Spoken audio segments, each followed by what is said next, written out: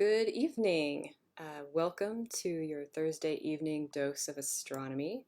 I'm Irene Pease here with the Amateur Astronomers Association of New York, and tonight we're going to be taking a little tour around some storms in the solar system.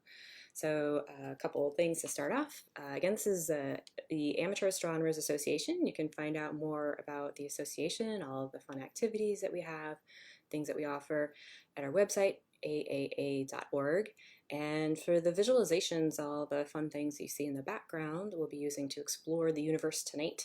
We'll be using OpenSpace, which you can find at openspaceproject.com. And also we'll be using Stellarium, which you can find at stellarium.org. So in the background now you see some open space. You see a lot of open space, very spacey. So more on that in a little bit, but we're going to start off as usual with Stellarium. And I feel like I need to mix it up a little bit more at some point. Maybe one of these days I will, but not tonight. Tonight, storms are enough. That's going to mix it enough. So here we are in supposedly Brooklyn. This isn't actually Brooklyn, because in Brooklyn there would be a tree over here in the west, but it's moved to the southwest, which is great. But I do want to go ahead and just change our time a little bit since it's still kind of light out. And so we'll move to like 9, yeah, 9 o'clock is late enough, and see what's going to be up in the sky. So a couple of things that I mentioned last week. One, you have the planets out. So Jupiter and Saturn, that was part of the challenge from last week. If you got a chance to see those, great. If you didn't, well, you can still see them because they're still out there towards the southeast, and they're going to be there through the season. Just keep on trucking. The other thing that I had mentioned last week, I believe, was that the Perseids were going to be out. So they're actually peaking like last night, tonight. So that's kind of a storm. It's a meteor storm. It might be more of a trickle or a drizzle, maybe not so stormy per se. So either way, if you have clear skies, you'll get like a meteor storm or a meteor drizzle this week. And if you don't have clear skies, you might have an actual storm on Earth. And of course, we'll have some storms that we'll be looking at on these planets. For the challenge this week, though, I wanted to just kind of take a look at some other fun things that are up in the sky. I think we've been exploring kind of this southern part of the sky with constellations Scorpius and Sagittarius next to it. If I turn on the kind of figures and see what those are supposed to look like, Scorpius does actually look a little bit like a scorpion, which is great. Sagittarius doesn't look a whole lot like an archer with a centaur bow and arrow kind of figure. And the flowy cape, like I really don't see that like without lots of help. So great. But most people do see Sagittarius as a teapot. There's this, I'm gonna just turn on the stick figure portion, this kind of brighter grouping of stars where there's like a little handle and a little lid and a little spout. And then the Milky Way actually kind of looks like steam coming out of that. So a lot of folks are familiar with that. If you're not, you can get familiar with it. So that's your part of your challenge for this next week. And the other fun thing to look for is, I don't know, what they were showing is like a cape in the figure, but kind of this back part, this back hook of the constellation Sagittarius. So if I turn off the lines, and you can still kind of see that little grouping of stars, you have your teapot, right? And then this is like a little sugar spoon or a teaspoon. So just these little, just these 3 stars that make like a little cup or a little scoop of the spoon part of the spoon, and then a couple others is like a handle. So if you already know the teapot, great, look for your teapot. And if you want to try to find the spoon too, the planets are just a little bit below that.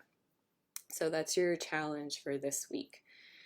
Teapot, spoon, Sagittarius. Which, and if you can make a centaur with a bow and arrow out of that, kudos. So moving on to our storms. So yeah, lots of storms. So I mentioned the storms, the meteor shower storms, and I know we had some storms here last week, and we're going to take a look at that. But there's lots of weather on most of the planets. Well, pretty much, yeah, most of the planets have some kind of weather. So I thought it'd be fun to kind of bounce over to some of those and see what's brewing. And of course, we're going to go ahead and pop over to open space for that. And so back to open space. So zeroing in first, we don't spend a lot of time on Earth because one of the reasons I do this is to get away, and Earth isn't exactly getting away. But tonight, I do want to kind of pop back down to Earth, and we're going to take a look at what's happening here. Not actually tonight. I've turned back the clock here, which we can do with open space. One of the things that I haven't mentioned with open space is these the visuals of the Earth that we see. We actually get daily downloads of the weather system. So we have like satellite imagery of like, yeah, these clouds were actually, you know, over the ocean on this day. So right now we're looking way back at July 31st. We're going to go through a couple of days. But yeah, so open space, again, this is the platform that you can use. You can download for free at their website, openspaceproject.com.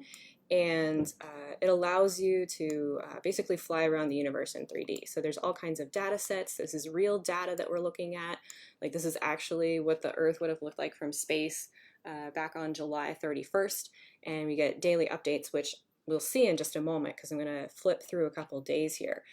Background stars, it's all real data as we go and visit the other planets. Again, all real data. So if there's data that's missing, like we won't just, you know, make something up, but, you know, actually look, you know, fuzzy or blank or something if we don't actually have a map of that world. So pretty incredible, lots of fun, highly recommend it, but you want to have a good graphics card to run it, otherwise it might crash your computer. So it's a lot of data. And really beautiful. So this is, again, looking back. If you remember a few weeks back, we had a storm a-brewing, and you can see it. You can see it from space. So this is Isaias back late July, and then if you kind of watch through next day, so we don't have it like hour by hour, but each day you see it moving. There's the August 2nd, and then just like sweeping up. Ouch, sweeping up the coast then. So that was the last storm that came through, and it was pretty big. It's hurricane season, so there's another one. So this was the 12th, this was yesterday, and then we just got uploads from today. So there's Josephine brewing down there off the coast of South America. So Chris, watch out. I think it's gonna miss you, not sure, but yeah. Here comes Josephine. So that'll be coming through the next few days, I guess. So those are storms on Earth. Those are some of the biggest, most powerful storms that we have on Earth. Are hurricanes, or in other parts of the world they're cyclones or typhoons, but similar storms that start out over the water, and just really powerful winds, torrential rains, and when they hit the land, there's storms. It's just really destructive. A lot of energy in there. So I wanted to compare a little bit and just look at some of the storms in other parts of the solar system. And to start off, we'd start with, you know, the big kahuna of our solar system, which would be, of course, the sun. So the sun doesn't have hurricanes per se, but it does have storms, and we see evidence of this. I kind of went down like a whole rabbit hole, like just looking at images of the sun this week, and so I'm only going to show a few of them, not like all 100 of them that I'd picked out, but this is a great image of the sun from the Solar Dynamic Observatory, which is a NASA satellite, sends us all kinds of data. It actually sends us a terabyte of data every day because it's imaging the sun in different wavelengths, which you'll see. So the important things I wanted to show here are these sunspots. So for you observers out there, other astronomers, you might be familiar with all these dots. If you can remember way back to when there was a sunspot. So I know the AAA executive vice president, he does a lot of checking out on the sun to see if there's anything out there, and I think he actually spotted one just a few weeks ago, but it's been pretty bland. So it hasn't looked like this for a little while. We'll actually see in a minute. We'll see what it looked like today. But those are kind of evidence of magnetic storms. So the sun has this really powerful magnetic field, and all these magnetic field lines that get twisted and wound up as the whole sun is rotating, because it's not solid, it's plasma, so it's like a fluid, and so different parts of it are rotating at different rates. So the magnetic field lines kind of get like all jumbled up. They're like a kind of a big mess. And a picture of that. So you can't actually see the magnetic field lines, but this is an image. It's another SDO image with some overlays by the AIA, which is the Atmospheric Imaging Assembly. It's part of the instrument suite on SDO. And the lines there are from computer simulation. So they did an overlay simulating what the magnetic field lines would be that caused this particular configuration. So they are monitoring and basically measuring the magnetic field, and then here they are actually kind of doing this overlay so we could visualize them. So those are the magnetic fields, and when you get those lines punching through the surface, so you see they stick out of the surface and they sweep out and they go back into the surface of the sun, but where you get a whole bunch of them like punching through the surface, that's where you'll see these sunspots. So the material is a little bit more focused. It's actually a little bit cooler. So these spots that we see on the sun it's just like the rest of the sun. It's just that where the magnetic field lines are coming through, it actually slows it down a little bit. It focuses it, so it's a little bit cooler than the surrounding area. Since it's a little bit cooler, it looks a little bit darker. So those are some kind of storms on the sun. This is also a really cool view, but we can't see this with our eye. And just, the general disclaimer, never look directly at the sun with your eye because bad things will happen, I promise. So this is what the sun looked like today. This is the SDO image from today. So you can actually go to their website and see like, oh, what does the sun look like today? And again, like our executive VP, he'll, check the website maybe before he sets up his whole telescope with, Herschel wedge and everything. So yeah, if you want to know what's happening on the sun, if there's any spots up, you don't have to set up your telescope. You can go online. The Solar Dynamic Observatory will tell you. And if there's a sunspot and you have a solar telescope or proper filters and magnification, then you can go out and see it for yourself. But always with proper filters, proper filters. Sunglasses are not proper filters. So yeah, so that's kind of what we would see if we were looking through a telescope. There's a little extra coloring in there. This we can't see through a telescope. This is taken at a different wavelength. The sun is giving off all kinds of light, and you can see just a little bit of maybe agitation. I wouldn't quite call them storms. A little agitation maybe. And actually this bit here, and if I pointed out on the previous, there's like the tiniest dot here, which I don't even know if resolution is going to pick that up, but it's there. It's like a tiny dot. I wouldn't consider that a sunspot. I consider that a disturbance, maybe like a drizzle or a trickle, or not even a gale. But yeah, there's something happening there. So we'll see if that develops into something else if you want to go and check the SDO page every day. But that's taken at a different wavelength, and then just use false color to kind of show it. And then this is another one, and you can see, so this is also from today, so you can see the kind of those same spots. So there was this region up here, this region down here. I'll flip back and forth. Yep, okay, yeah, definitely seeing some patterns there. And I like this one. This is showing a little bit more of kind of the outer atmosphere, a little bit of the corona. So when you get these storms, these magnetic field lines like jetting up and off the surface and then back down, you get plasma because it's charged. So those charged particles are going to move along those magnetic field lines, and so you get kind of like these loops and stuff. So I don't have to quite tell if we have a whole loop over here, but you can tell that there's something coming off of the sun. So that's not just like light, that's actually some of the particles, some of the charged particles from the sun, which is pretty cool. And I think that's the last one. Yeah, that's the last pretty picture of the sun that I brought for you. This is also at a different wavelength that our eyes don't see. This is 171.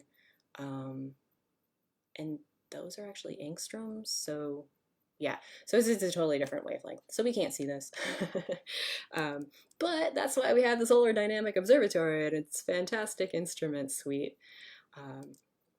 So yeah, someday the sun might look like that again, and we can do solar observing safely and show people sunspots.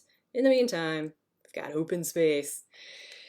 So Earth has storms, very exciting. The sun has these magnetic storms, which are pretty cool, and I could spend almost the whole time just talking about the sun's storms, but I wanted to also talk about some storms with other worlds in our solar system, because most of them have some kind of storm. So we're just going to work our way, meander outward from the Earth. I guess the next stop would be, yeah, the red planet. Let's check out Mars, shall we? So does Mars have storms? Well, pretty much every planet that has an atmosphere is going to have some kind of storm. I'm not going to spend too much time at Mars here, but it does have storms. So Mars has an atmosphere, so it has air, but its atmosphere is very, very thin. If you think about like atmospheric pressure of the Earth, which you don't even really notice, like that's where we live and breathe all the time, so you just don't even like recognize that it's there. Um, but the atmospheric pressure, you can tell differences in the atmospheric pressure if you like go down underground really deep, if you're in New York and you go through one of the tunnels, or if you go up in a really tall building, or if you fly in a plane. I haven't been on a plane in ages. People still fly on planes apparently. But yeah, all those things where you're moving significantly higher or lower in this ocean of air. If you move up or down, you do notice a difference in pressure. Your ears kind of pop. So your inner ear is very sensitive to that pressure. If there's a difference, you feel that. So Mars's atmosphere is much, much, much thinner. We have atmospheric pressure on Mars is less than 1% of what it is on the Earth. So even when you have storms on Mars, which there are seasonal dust storms, they have high wind speeds, but it's only going to be like 30, 60 miles an hour, and it's not really going to, it's not going to like blow a person over or anything like that. Well, especially if there's no people on Mars. But if there were a person on Mars, it wouldn't blow them over because the air is so thin. Back one of the solar powered rovers on Mars got shut down for a little while because its solar panels got too dusty and it couldn't recharge. And then there was like this big old windstorm and it came along and just kind of blew off the dust. So that was actually really nice. But yeah, seasonal dust storms. I learned a little bit about Mars seasons this week, and it turns out that the season during which Mars has dust storms is perihelion season. So when Mars is closer to the sun, that's when it has dust storms. Mars does have a tilt, so like Earth is tilted 23.5 degrees on our axis, so that's why we have seasons. Mars is tilted 25 degrees, so it's tilted even more. So in theory, yeah, it has northern summer, southern winter, and all those things that we have on Earth. But the bigger trigger for the storms, the dust storms that just take over like a whole hemisphere or the whole globe in some cases, that's a perihelion season when it's closer to the sun. There's just a lot more heating. And it doesn't happen every year for Mars. So a Martian year is it's like 1.88 Earth years. So it's not every perihelion season they have a massive dust storm, but a lot of them. Every few Martian years, it's like a really intense dust storm there. And then it blocks out all the features. So even when you're looking like with your really great telescope, trying to see some of those features on Mars, you can't because it's all dusty. Not as fun. So that's Mars. So the storms on Earth and the storms on Mars are both driven by energy from the sun. So storms have lots and lots of energy. Where does that come from? In those two cases, it comes from the sun.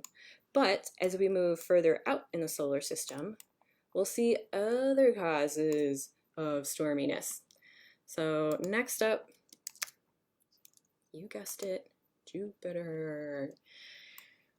So Jupiter has, I was thinking about saving this one for last, and I was like, I'm not going to be too predictable, or I'm just going to be predictable tonight.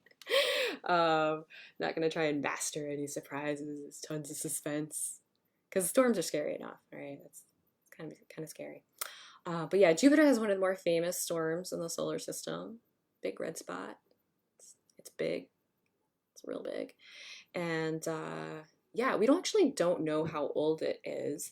So there was definitely a storm that was observed back in the 1600s. Probably not first by Galileo, but maybe by Hooke or Cassini or someone else who's looking at it with a telescope.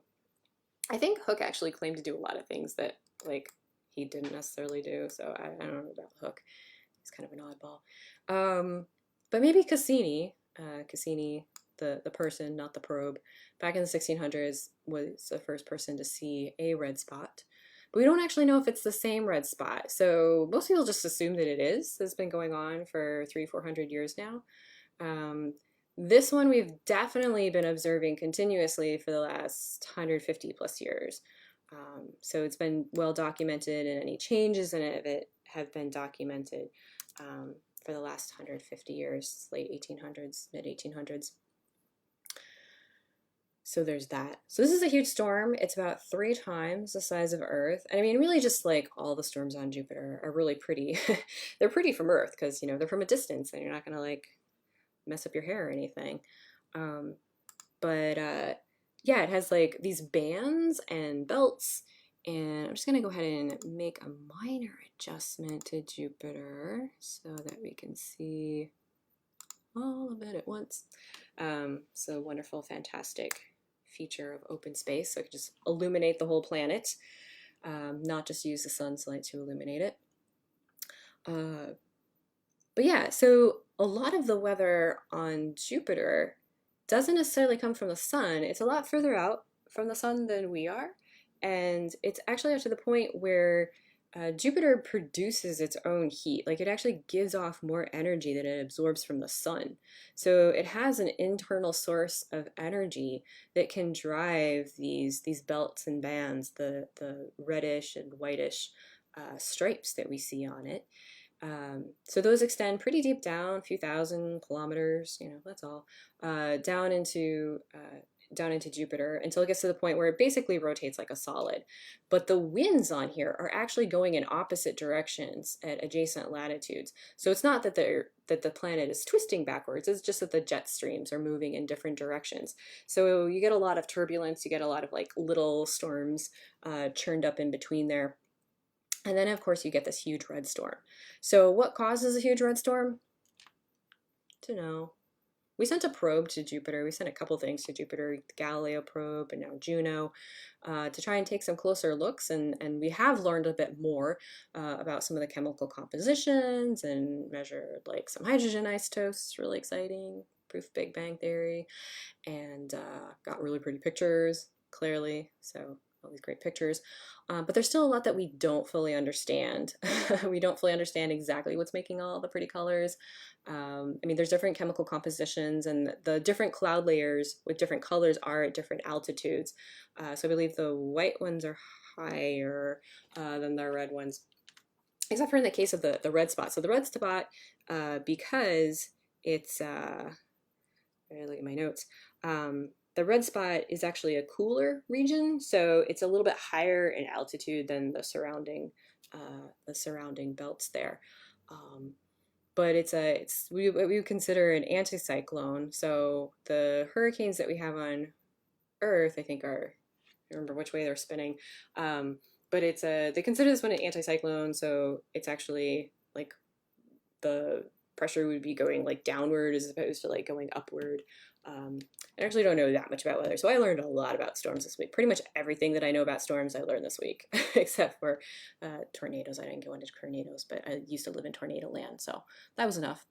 But this huge red spot, it's waxed and waned, and it's gotten like, you know, bigger and smaller, and it changes hue. So sometimes it's bigger, sometimes it's smaller. It's been shrinking, and it's sometimes it gets a lot lighter, like almost whitish, and sometimes much, much redder.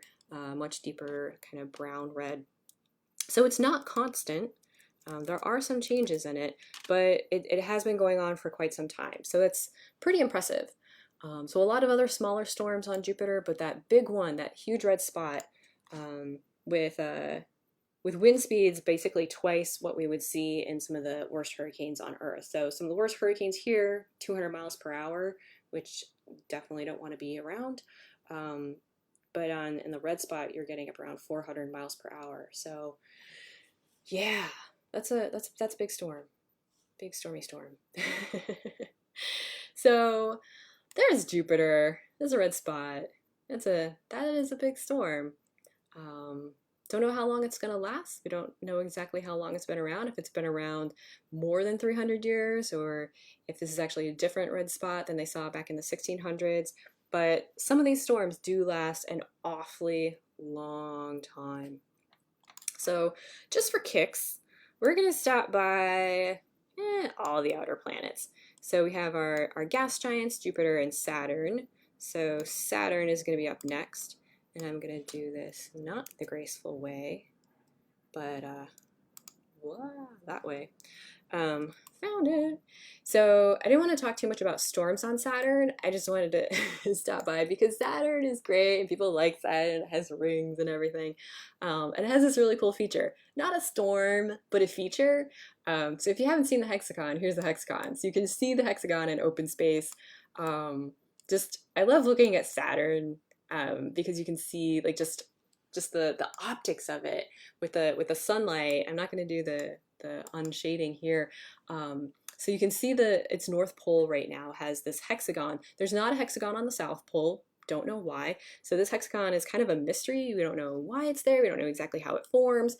So there's a lot of people looking at fluids and barriers and things, trying to figure out why this hexagon is there.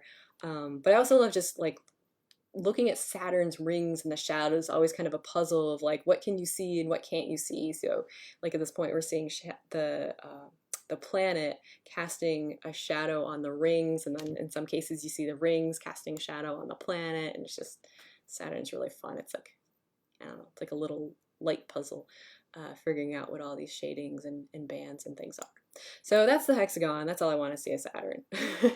So it does have internal heat. So like Jupiter, it's also giving off more energy than it receives, as does Neptune. Uranus, we're just gonna, yeah, because we have to. Uranus, we're really quick pit stop by Uranus because Uranus does not have that internal heat source apparently. So there's some weather on here, but yeah, it's kind of an oddball. Like it's way out there. It's very cold. Some of the colder temperatures on Uranus are actually about the same temperature as Neptune, and Neptune is much further out. It's about twice as far out from the sun as Uranus is. Or sorry, it's a quarter, like 25% further, 30% further. It's much further out. So it's kind of weird that like Jupiter, Saturn, and Neptune all have like this kind of internal heat source, but then Uranus doesn't. But Uranus is interesting and other reasons, and maybe someday we'll do a whole show on Uranus. Yeah, the one thing that I did find out about Uranus and looking at its atmosphere this week was that it's actually warmer at the equator. So I mean, a lot of folks know that it's kind of rolling around the solar system like on its side. So its poles, one of its poles is pointed towards the sun for half the year. And so it's kind of weird, like that it would be warmer on the equator and cooler at the poles because the poles actually get the most direct sunlight for half of a Uranian year, which is like really long. So that's just, yeah. Uranus is like all kinds of mysteries and strangeness. So that's pretty exciting. We need to send some missions to Uranus to figure some of that stuff out because it's just a lot of question marks out there. Last but not least, we will check out, well, it's way on the other side of the solar system, I guess, a little bit of Neptune.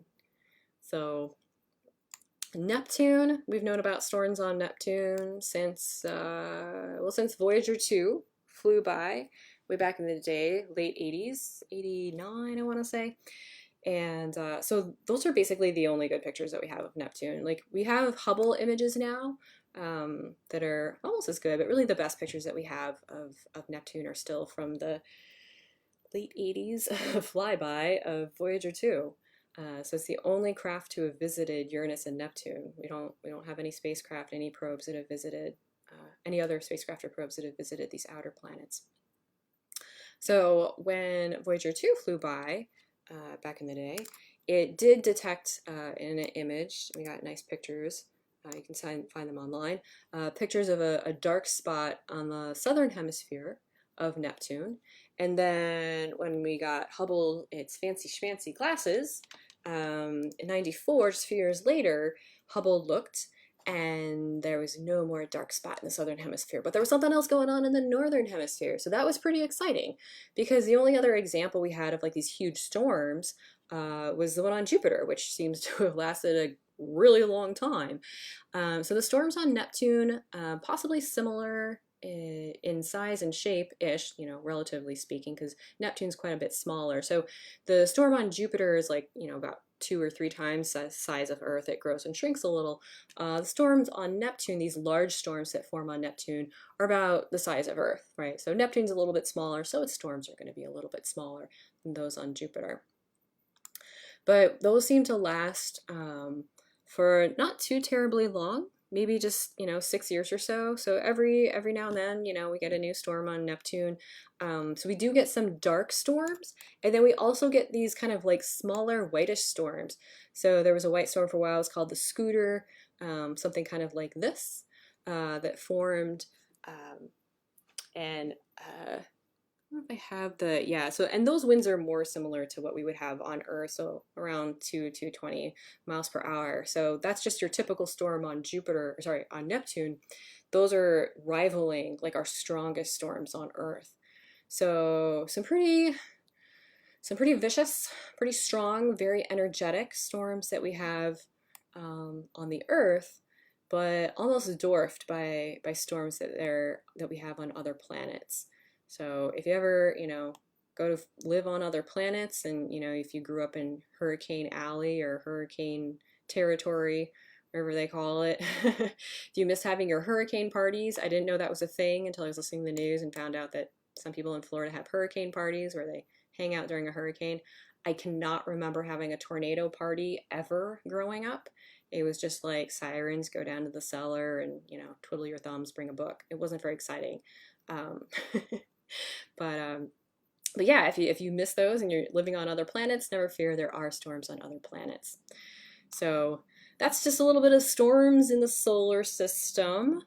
So thank you for joining me. I hope you get to see some meteor storms or meteor drizzles or meteor showers or something this week if you're looking for the Perseids. Again, just go outside somewhere dark, somewhere away from the city, wide horizon, and look up. Don't try to look through a telescope or binoculars. It's harder to see them through telescope or binoculars. Just look up. Darkest skies that you can. Bring a blanket so you're not just leaning your head back, because that just really hurts after about 30 seconds. Check out Jupiter and Saturn if you can see those, Sagittarius and the teapot, and the and the teaspoon if you can see that. So again, thanks for joining me for your Thursday evening dose of astronomy. I'm Irene Pease with the Amateur Astronomers Association in New York. Check us out on our website, aa.org. Follow us on all the social media things at AAADOT.org. And if you like the visuals you saw in the background, you can check out those websites as well. Download those and put those on your desktop or devices. OpenSpace is at openspaceproject.com and Stellarium at stellarium.com. So thanks again and have a good night.